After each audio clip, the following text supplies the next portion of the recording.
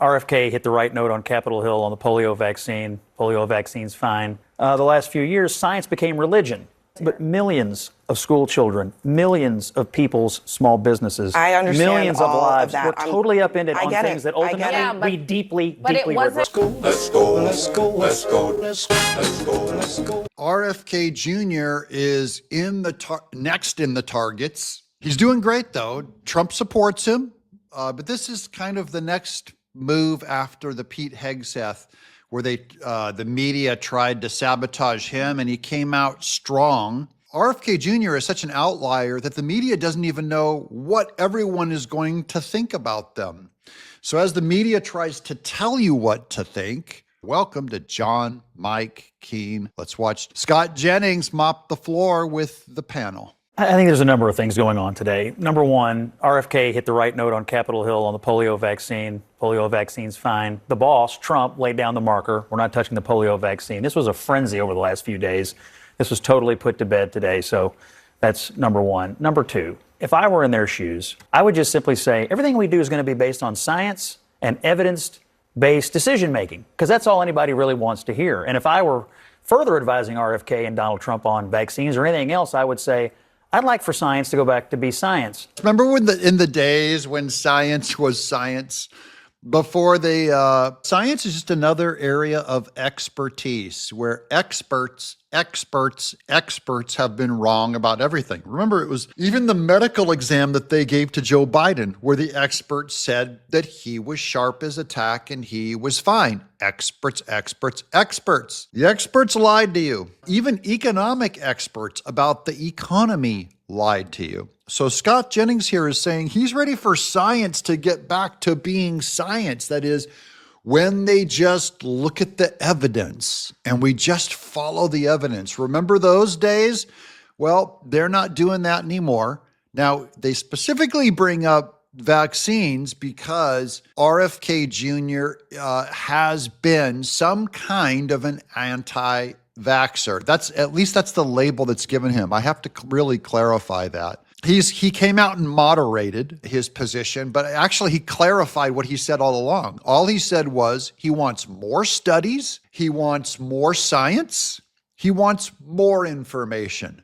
That is all. And he is not going to prejudge these vaccines. He's only saying that they were able to go out to the public without proper trials and deep trials. That's it. Now, if you're pro-science, that shouldn't be a problem with you because we like research and we like more information. Because during COVID and during the last few years, science became religion. You know, when we're putting people up on pedestals and making prayer candles with their image on it and sewing pillows with their face on it, that's no longer science. That became a religion. It really did become a political religion because he's talking about Fauci was put on votive candles. You know, those are candles that Catholics, they light them and they pray to remind them to pray. As long as the candle is lit, it's like a prayer is going up on your behalf. I don't fully understand votive candles, but I'm only saying there were votive candles of Fauci and Ruth Bader Ginsburg. But Fauci became this kind of symbolic icon of if you believed him, then you were a Democrat. And if you didn't believe him or you had questions about the science, then you were some kind of a conservative, probably MAGA. RFK Jr. is up for running the Health and Human Services, HHS, one of Trump's biggest appointments, huge, with the largest discretionary budget, by the way, out of all of them. It's bigger than the Pentagon, the amount of money that we spend on health. And now RFK Jr. is going to have a lot of say in how that stuff gets spent. So if I were in their shoes, I would say science is going to rule, evidence-based decision-making is going to rule, and that's how we're going to make all our decisions. I also think it's important for us to remember, why are we here at all in this moment where people are questioning the public health regime? And it is all out of COVID. Everything comes from COVID. Things we were told that weren't true, things about the vaccine that we were told that weren't true. This has caused people, in the past, folks might have just accepted this sight unseen. Now, I think it's legitimate for Americans to say, are we being told the absolute truth by the supposed experts? I don't have a problem with those questions. It's strange to me as an American that it's somehow radical or strange to question science, to question even what a study is, to question what an expert says. If you question a vaccine, that should be normal. And it's almost like in a police state, you get shut down and punished for questioning the results of a vaccine, guys, or for questioning global climate change. If you say, you know what, I have a theory. I disagree with what the experts say, or with some experts, or I agree with other experts. And then you always have this political class of Democrats that go, no, we represent all of the experts. All of the experts said this. Biden would say 51 FBI experts said that a Hunter Biden laptop was probably Russian collusion. Well, now we look back and we learn that those experts either lied or were wrong, and we should have gone with a different set of experts. But all it does is it undermines the credibility of the experts, of expertise-ness. That's all Fauci pulled off in what they did and what they said about COVID and 1 mask, 2 mask, paper cloth mask, all these things. One vaccine, they said that if you take the vaccine that you cannot be a spreader, which was totally false. Fauci knew it was false and passed it on.